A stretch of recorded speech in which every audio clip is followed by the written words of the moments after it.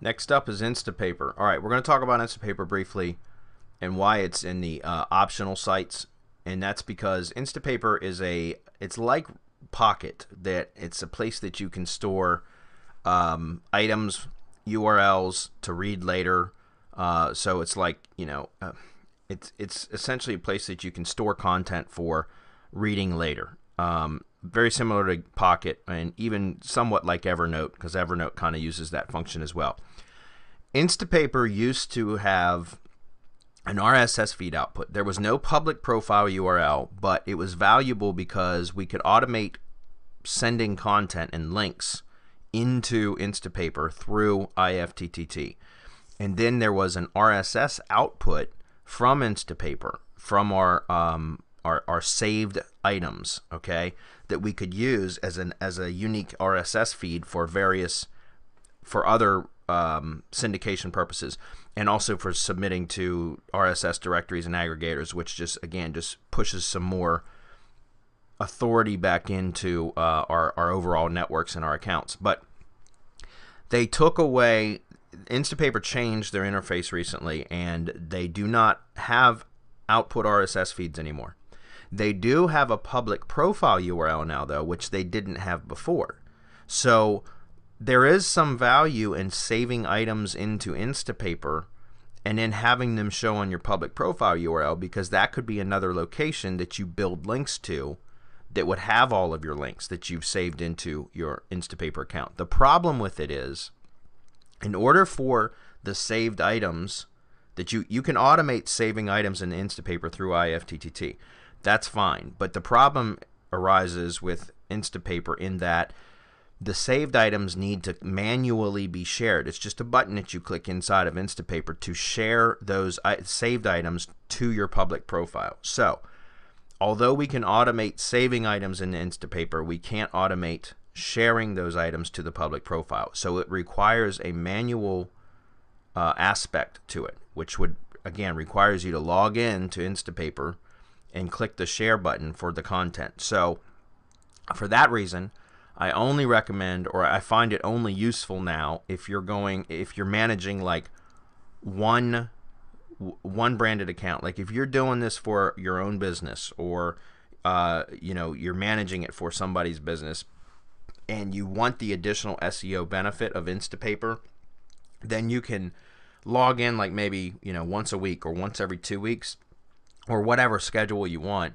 and just go click the share button on each one of the saved items. Because again, the saved items will be automated through IFTTT, and you only need to log in every so often and just click the share button for them to appear on your public profile URL, or your public profile page, excuse me. But if you're doing any more than just like managing one account, I just say skip it, because it's just not worth it, in my opinion. The IFTTT networks are supposed to be for automation purposes, and when we have to incorporate a manual aspect to the content syndication, then to me it kind of defeats the purpose. Again, if you're only doing this for like one account, and it's for your own, if you're a business owner, for example, and you're going through this training to get better SEO and drive traffic and generate and automate your social media updates and all that, then you can certainly do this, because it wouldn't be that much for you to go in once every couple weeks or whatever on a schedule and share the content URLs to your public profile page. But if you're doing this for multiple accounts, or you do this as a service for others, I certainly don't recommend it. So that said, we'll run over to Instapaper and set up an account. All right, so let's go back over to Firefox and go to Instapaper.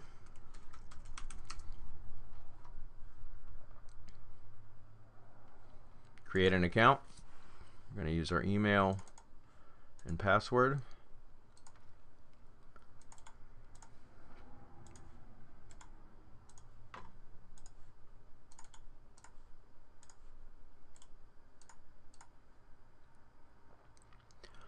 Okay, so if we come over here and we go to profile, this would be the profile page, but we want to go to settings, I believe. Yeah, and we want to go to avatar. Let me pause. Okay, I just added the avatar. The display name, we can change that. We could say Get It Done or Vernon E. Done, whatever we want. I'm going to say Get It Done.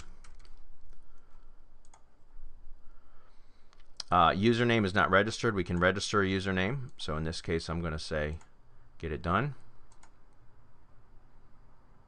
Now you can see that that's my Instapaper profile URL.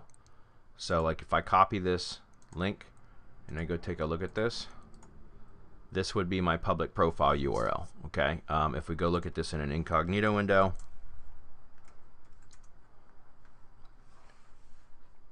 you'll see that this would be what it looks like to somebody not signed in. But this is where the articles will go that you share to your public profile page, which is what requires the manual aspect. And I'll show you what I mean here in just a moment. We'll go back over here and see if there's anything else. Okay. So connected accounts. We can connect accounts to this like Facebook, if we're using Facebook, Twitter, Pinboard, Evernote. These are all, and Tumblr, right? So these are all, guys, you know, Twitter, Evernote, and Tumblr are in our standard IFTTT networks. Pinboard is optional. We have another training video about that, and Facebook is optional. But we essentially could create 5 different accounts in here, or connect 5 different accounts. Now, that sounds like it would be hugely valuable, right? But the problem is that the only way what happens with this is that Instapaper will share content from Instapaper to those accounts. So if you automate like a link being shared or syndicated to Evernote from IFTTT, excuse me, not Evernote, Instapaper, from IFTTT, then once it goes into Instapaper, then Instapaper will post to these other properties. The thing is we're already going to be posting those other properties directly through IFTTT. So this would be like a 2-step approach. It would be like if new content is posted to my blog or posted to my YouTube channel, then save to Instapaper.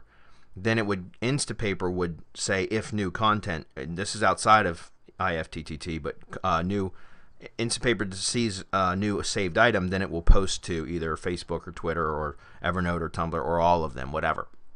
So it really doesn't make sense. You'd end up having with duplicate posts unless you turned off the IFTTT recipes. So it's not really necessary to do that. Now, it's not that if we connect Tumblr, a Tumblr post will save into Instapaper. It doesn't work that way. It's only whatever items are saved in the Instapaper will then share to these other accounts. So, and the problem with it is, as I've tested this, is the link that it would share doesn't link to Instapaper. It links back to the original content source. So there's really no reason to use this sort of a method. Okay, so I just wanted to kind of share, clear that up. All right, so there's no sense in actually connecting those other accounts, is my point. All right, so we'll go ahead and just click back on Instapaper here. This will take us back into the main area. Now, just to show you how this works, if I click on Add Link, we can just grab a link. So we'll go grab a link from one of our blog accounts. So maybe the Medium account. Let's go use that one. Let's copy this. We'll come over here.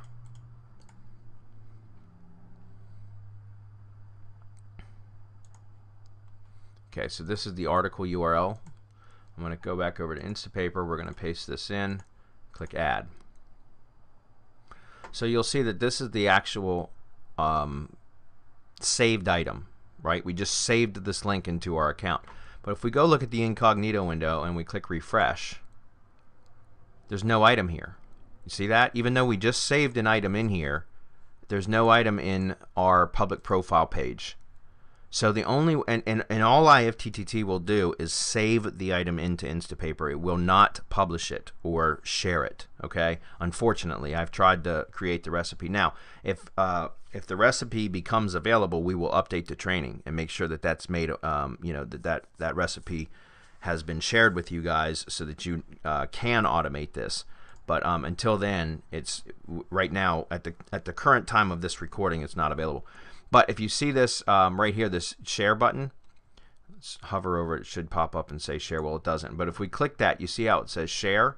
We can share that if we want to, and or excuse me, favorite. If we click share, we can share it through email or through one of those other accounts that we could have connected, which I showed was Facebook, Twitter, Pinboard, Tumblr. those accounts. But if you click the favorite button here, or the like button, okay, now that I just clicked that little heart button, if I come back over to the incognito window and refresh, there, now it's there. So unfortunately, we can't click the IFTTT recipes do not have an auto like recipe for these. I wish it did, but right now it does not at the time of the recording. Again, if that changes, we will update the training. So the idea here is with Instapaper is if you have a single account and all you're doing is trying to get additional SEO benefit to one account, then it would make sense, in my opinion, to come in once, all of your saved items would be available right here in your dashboard. So you can automate all of your content postings, whether it's YouTube videos or blog postings or whatever. Everything will automatically be saved into your Instapaper account. Then all you would have to do is, like, once every 2 weeks or whatever, come in and just scroll right on down the list and just click the like button for each one of them. That would make them become available in the public profile page, and that's the value, because you could build links to this public profile page. And so it just, again, it interlinks all of your properties. It gives you another backlinking opportunity. But if you're doing multiple accounts, guys, you're managing multiple networks, then I certainly don't recommend it. It's too much work. So with that said, let's go ahead and just copy the information over to our spreadsheet.